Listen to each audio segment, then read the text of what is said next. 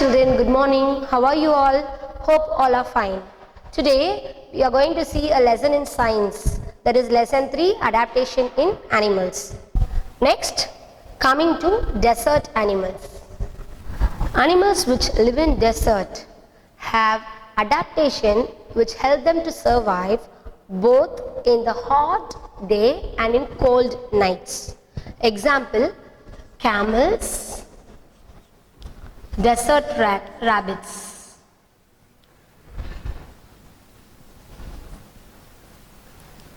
These desert animals can survive with very little amount of water.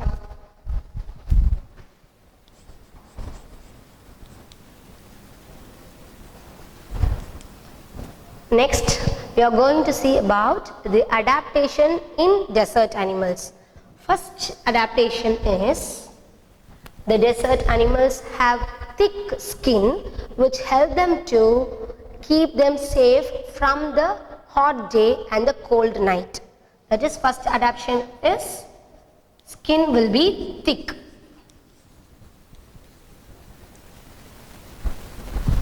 Second adaptation,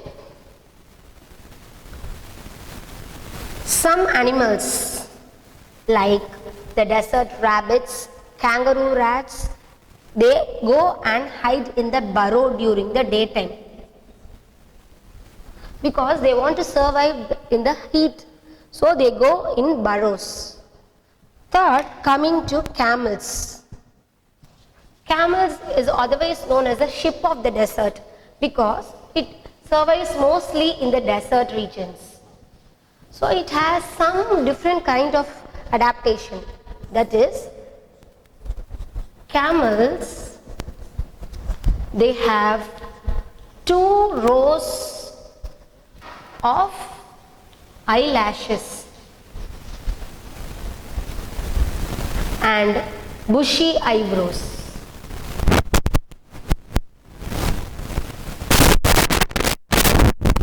Why do they have 2 rows of eyelashes?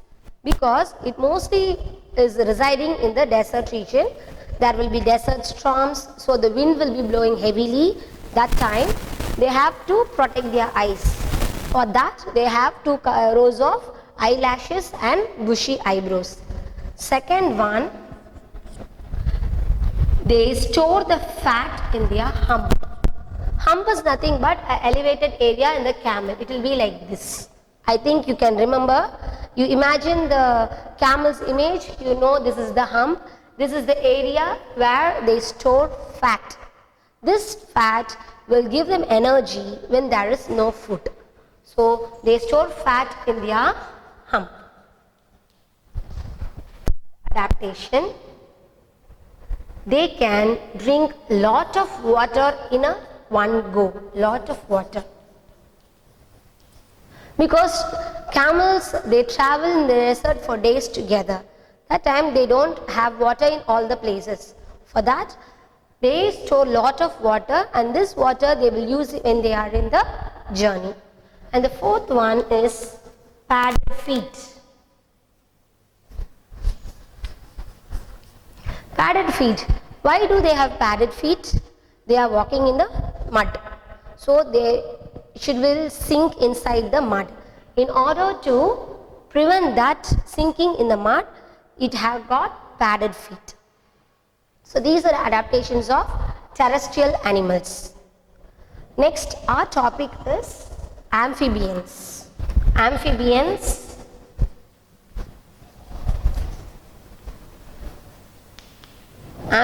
are nothing but the animals which live both on land and water. They can survive both in land and water, hence they are called as amphibians. The best example is frog. I think most of you have seen frog near your houses and even near the ponds. So this is the best example for amphibians. The unknown example for you is salamanders.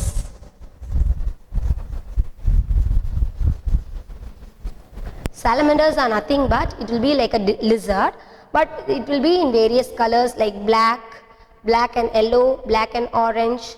So It is also a kind of amphibian which you can see in the tropical region. What is tropical region? The region between the Tropic of Cancer and the Tropic of Capricorn, what you have learned in social. That is called tropical region. Salamanders are found in tropical region. And the next example is Caecilians.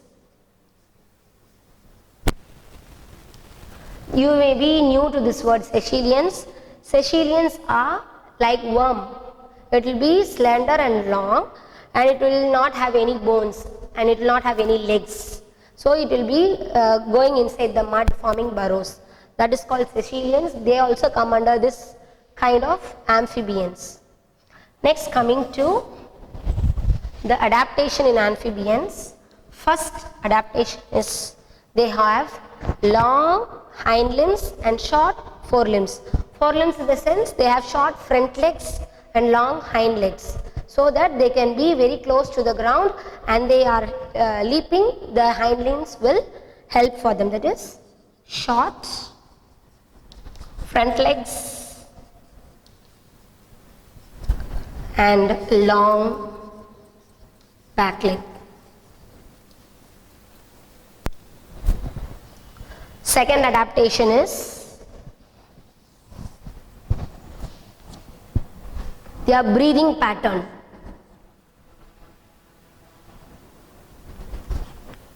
Normally we breathe through our lungs. Frogs, since they live both in land and water, they have two kind of breathing pattern. That is, when they are in land, they breathe through their lungs, and when they are in water,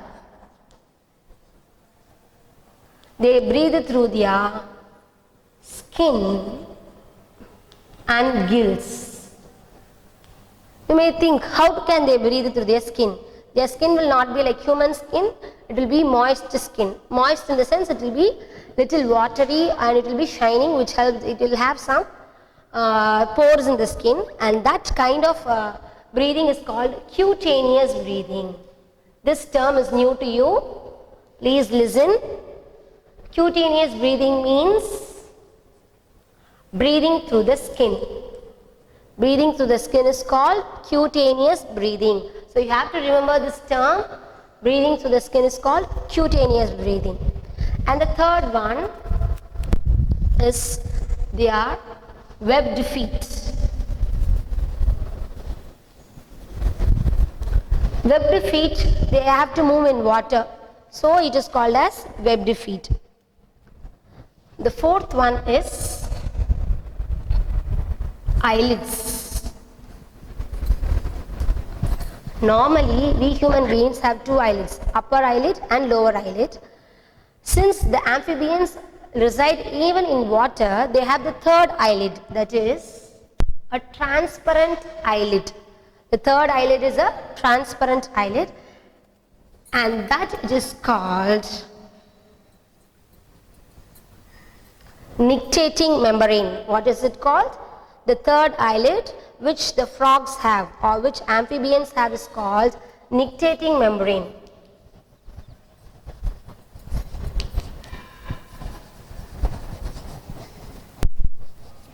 Nictitating membrane. Why is it called membrane? Membrane is a thin layer of skin, and that layer of skin will be transparent.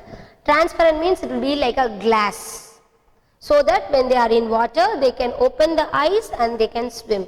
So water will not enter into their eyes. For that only this nictitating membrane is a transparent eyelid. So these are the things we saw in amphibians.